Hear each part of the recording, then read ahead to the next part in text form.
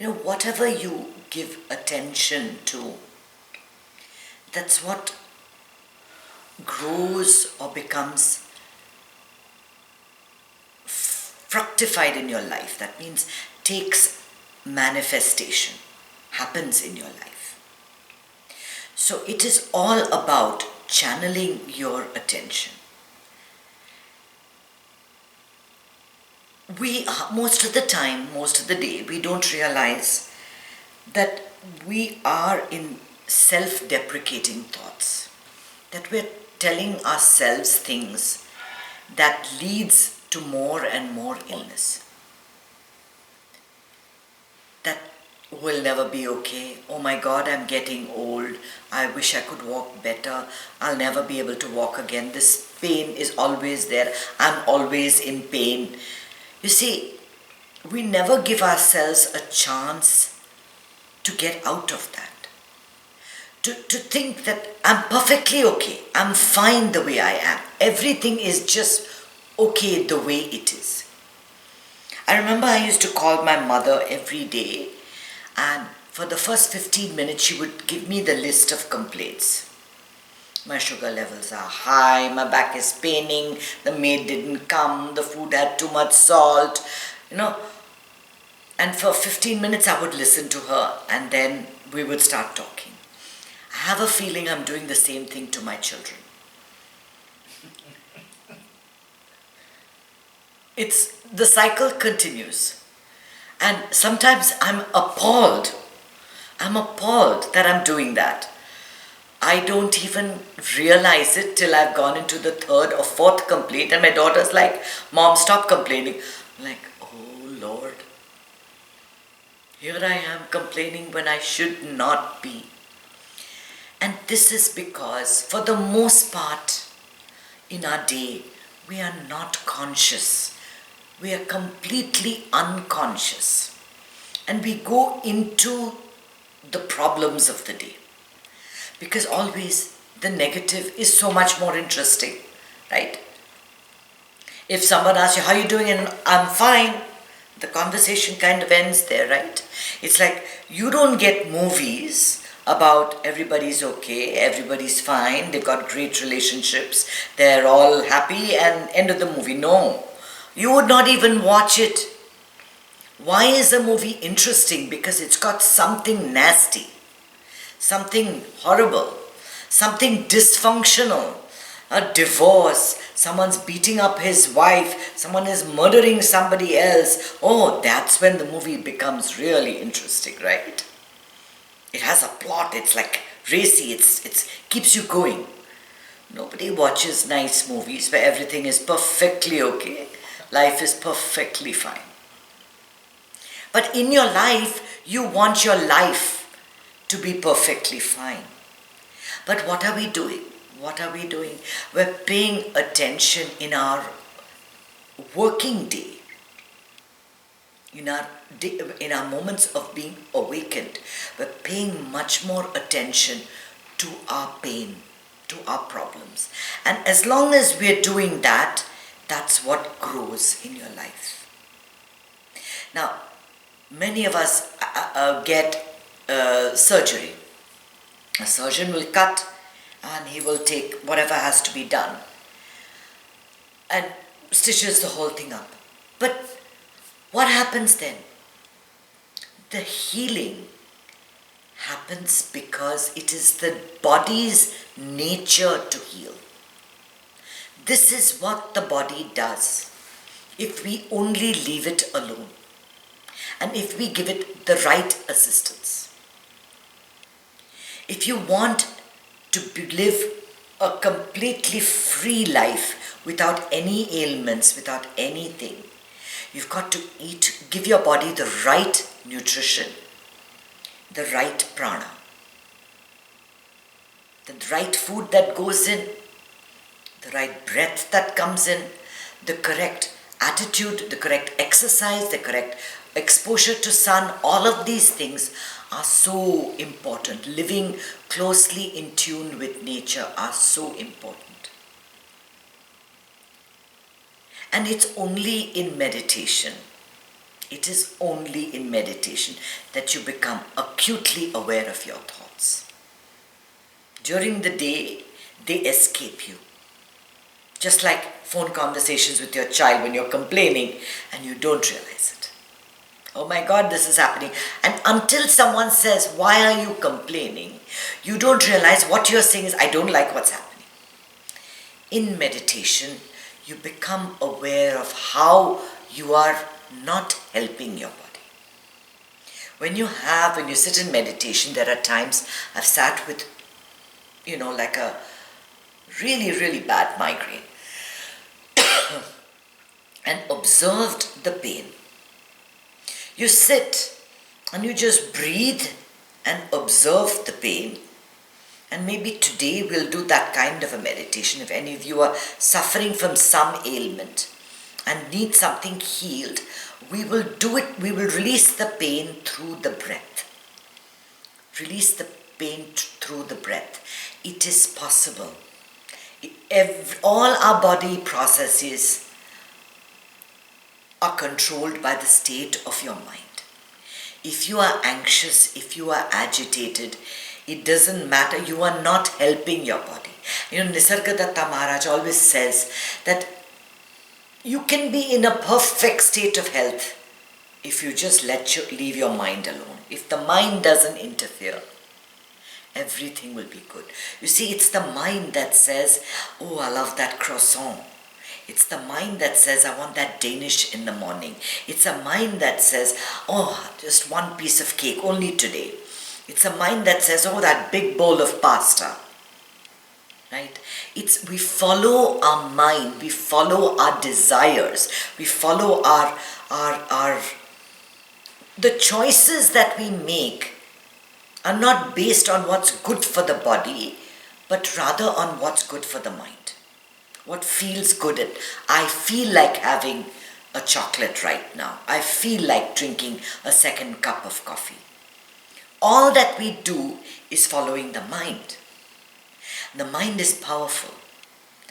If we become aware of what choices we are making, we can change it totally. We can change it absolutely. And I'll give you a living example. This is a work in progress. But over the last 2 weeks, I found my sugar levels were going up. And I was not happy. I don't want to become diabetic. I want to push that as far as you go. But in order to not become diabetic, you need to lose weight. But I have tried many things and it's never worked. So I looked into, and somebody sent me some information into fasting. Not an easy thing to do, because I've never fasted. Yes, I've been very curious about it in the last month because my ancestors used to fast. So if you look back and see in the olden days, they would eat before sunset and then they would eat the following day, right? So a good 12-14 hours would pass because there was no light at night. People did not eat at night. They tended to eat before sunset and then the next day. And for the first 3 or 4 days, it was like, oh my God, how am I going to stay without food? What's going to happen to me? I'm not going to be able to sleep. And of course, the days that I told myself, you're not going to be able to sleep, I don't sleep. If you tell yourself, I'm going to sleep really well tonight, you will go to sleep. If you tell yourself that I have to wake up at sun up, you will wake up 5 minutes before the alarm goes off. Try it. The mind is a very powerful tool. And instead of it using us, how about we switch it and try to make that attempt to understand how we are being used and to see how best we can change that situation. Right? When you sit in meditation and you send energy, it is all of consciousness passing through this body onto a certain spot. And that's what heals. There are people, when I was doing research on my book, there are people that even healed MS. I spoke to one person, I told you about this story, which is there in my book, about this guy who at the age of 28 started, just reached a stage where he couldn't even hold his toothbrush in his hand. And just by using breathing and meditation, he today, when I spoke to him 5 years ago, he was a yoga teacher. He was teaching other people yoga. It is possible to reverse all kinds of medical condition with just the use of breathing and meditation. Okay, I am not a doctor and I'm not recommending this. But in my own experience, I have found that on many occasions, when I am in acute pain and I send the energy, it heals. You accompany that with good exercise, with good nutrition. It has to be a balanced approach to your life. Use some things that you know from science and use the power of healing inside.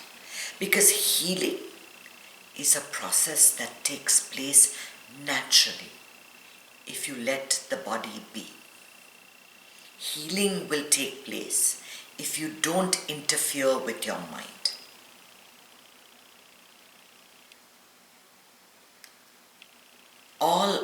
If you look at all the research that's been done, all of us have a propensity for cancer. We all have cells that can mutate.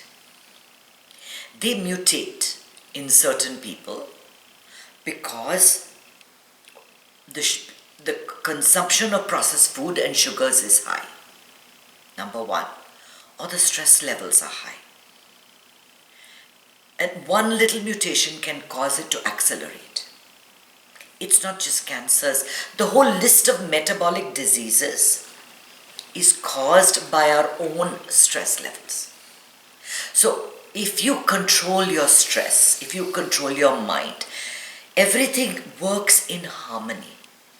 If your cells are in harmony, they're doing what they're supposed to do. They are easy. There is no dis-ease. Everything is at ease. Everything is as it's supposed to be.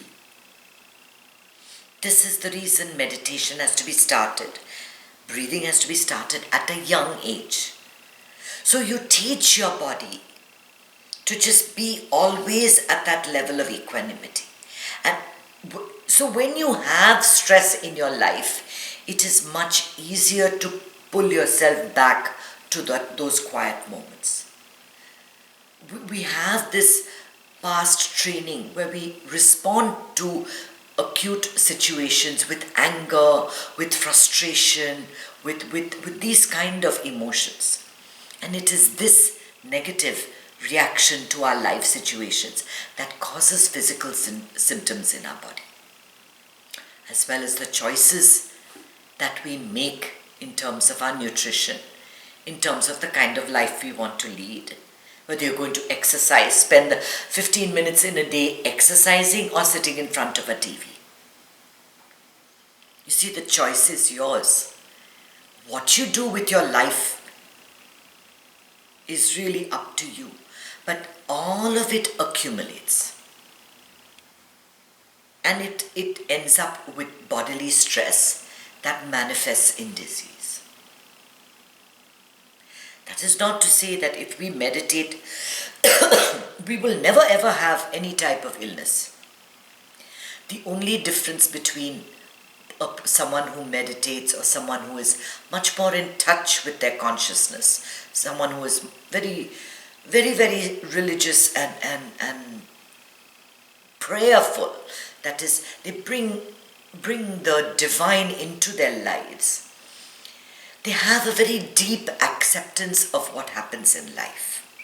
So even if some disease comes, there is a very healthy attitude to disease. You can face what you're having, saying, oh God, and by complaining, what we do, oh my God, from morning I've had a headache and it's not going away and I can't focus on my work.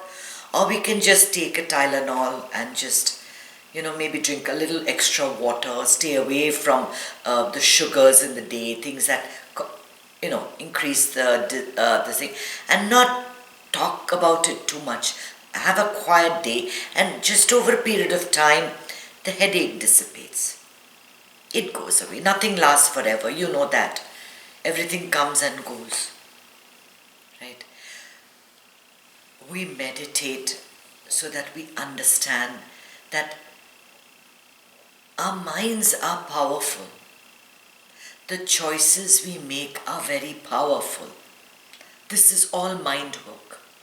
Whenever you're picking up that croissant, rather than picking up, say, a carrot stick, you're making a choice. I'm not saying one is good or one is bad. Every choice we make, every thought we think, every word we speak has an effect. That's the truth. But we can help ourselves by at least for 15 minutes or 20 minutes every day, just sitting quietly and observing how this mind-body works. That's all we do in meditation. There are 4 basic parts to meditation. You're first in the world of form. You come and sit down and you say, I'm going to meditate. Immediately the body will relax. The body will relax. The mind is saying, okay, now I'm going to meditate. There's a part of your brain that activates, okay? You're in full relaxation, body's muscles are going down, breathing is slowing down. A part of your brain is activated. After a few minutes, since the mind is calm, thoughts get released. Now I'm feeling hungry, I should have cooked something before. I wonder who is cooking lunch. I wonder dinner's ready. It smells really good. I wonder when the meditation will be over. You're already in those thoughts, right? That's the second part of your brain. Another part of your brain is now, I don't know the exact names of the parts, but a second part of your brain has been activated when you've gone into the thought. The minute you catch that thought, that's the third. I'm thinking about food, I'm supposed to be meditating. That's the third, and another part of your brain gets activated. And then you say, okay, I'm supposed to be meditating. Let me get back into it. And that's the fourth. This process takes place throughout for the 15-20 minutes of your meditation. And that's what meditation is. So don't feel bad if you're getting thoughts. You're recognizing all the things that bother you in the day. Nothing is going to come up in meditation that doesn't come up during the day. What you can do during the meditation is flip your thoughts and instead send affirmations. Breathe into the part of your body that's hurting. Relax with the breath. Move something. Move the focus of your thoughts into something else. And all that has an effect on how each cell works. This is what is healing. This is how meditation heals.